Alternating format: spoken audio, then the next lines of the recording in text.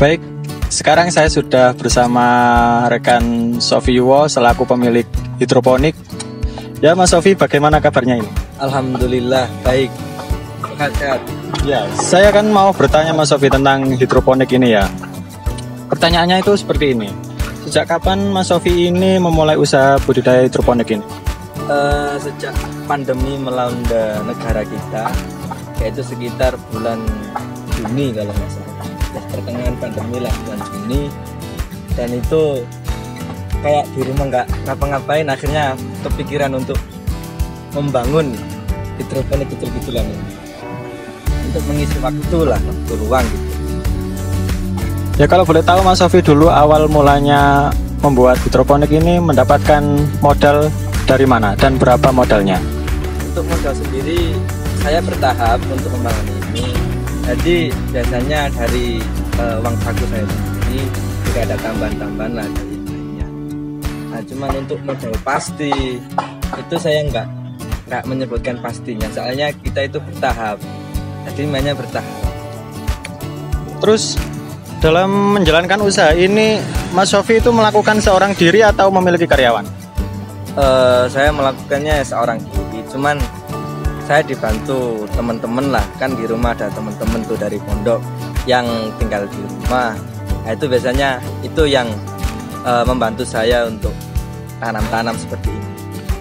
Jadi dikatakan seorang diri ya, kadang seorang diri, dikatakan bersamaan ya, kadang minta bantuan anak-anak gitu. Ya berarti jadi memiliki teman gitulah ya dalam merawatnya. Ya, memiliki teman. Kalau boleh tahu ya Mas Sofi ya, apa kendala yang dialami dalam menjalankan usaha hidroponik ini? Untuk kendala, untuk yang pertama yaitu kendala modal. Nah, modal kan saya dari uang saku saya sendiri.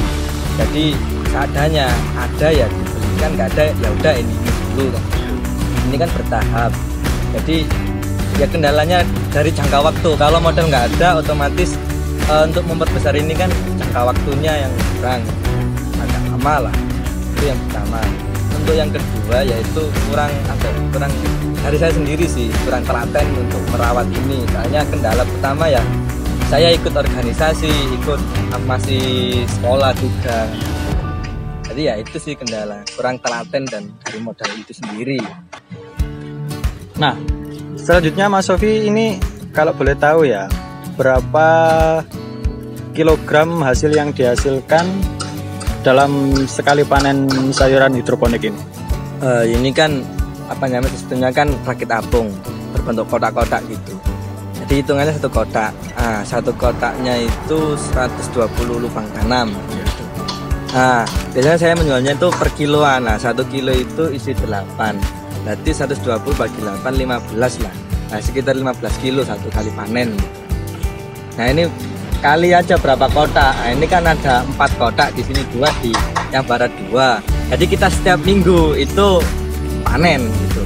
Setiap minggu panen. Jadi setiap minggu itu 15 kilo. Nah, selanjutnya ya Mas Sofi ya, kalau boleh tahu ini berapa pendapatan yang dihasilkan dari sayuran hidroponik ini dalam setiap kali panen? Untuk pendapatan dalam setiap kali panen, untuk satu kolamnya ini kan 120 lubang tanam. Nah, biasanya saya jualnya itu per kilo. Nah, kalau 120 per kilonya 8 itu menghasilkan 15 kilo. Nah, saya jual per kilonya 15.000. Jadi 15.000 kali 15 kilo itu ketemunya 225, itu masih laba kotor.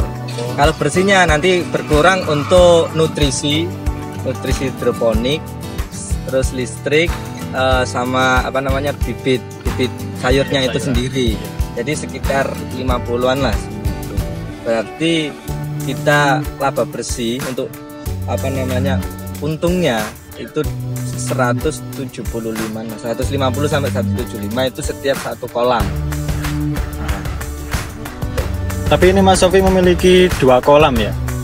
Untuk kolam sendiri 4. Di sini 2, yang di barat sana 2. Jadi setiap minggu kita panen. Nah, pernahkah Mas Sofi ini mendapatkan customer atau pembeli yang melakukan transaksi pembelian sayuran hidroponik ini dengan sistem bond atau mengambil barang sekarang namun membayarnya nanti? Oh banyak kalau seperti itu. Banyak ya? Biasanya dari teman-teman sendiri. Nah kalau teman-teman sendiri kan kita bisa aja lah. Hanya biasanya itu teman mau dibuat apa, kayak nitip teman saya yang sini bon dulu itu sering kalau gitu. Apakah terdapat kendala tersendiri apabila melakukan dalam transaksi seperti bon tersebut? Mungkin kendala dari pendapatan atau gimana? Untuk kendala biasanya kalau bayarnya enggak kayak bon tadi, itu kendala dari kita kembali ke modal untuk kita tanam lagi. Jadi seperti itu. Jadi sudah panen dan kita kehabisan nutrisi dan pendapatan ini belum ada. Nah, itu nanti kendalanya di situ. Nah, dalam memasarkan sayuran hidroponik ini, Mas Sofi hanya menjual dalam bentuk mentah langsung sayuran atau juga menjual dalam bentuk olahan lain? Kita mentah juga ada, kita siap saji juga ada. Untuk siap saji kita itu punya strategi, yaitu hydro juice atau yang namanya jus pakcoy. Nah nanti jus pakcoy itu kita ambilnya dari yang kualitasnya nggak sesuai lah untuk kita jual secara mentah. Contoh lubang-lubang di setiap pun dan lain sebagainya kurang pas untuk kita jual mentah. Nah itu kita olah menjadi jus. Jadi enak gitu strateginya. Jadi kita 120 lubang tanam itu semua bisa kita manfaatkan. Jadi nggak ada minusnya terus kita masak sendiri atau kita buang dan lain sebagainya. Enggak, kita olah menjadi jus. Ada lagi sebenarnya es krim pakcoy gitu. Es krim pakcoy. Cuman saya belum berani untuk menjualnya.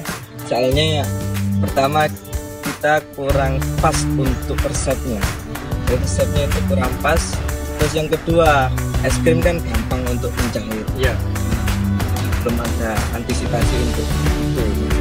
Es krim itu tadi kita belum berani untuk menjualnya. Kalau hydro juice itu pakcoy, itu alhamdulillah kita udah lah untuk menjual keluar.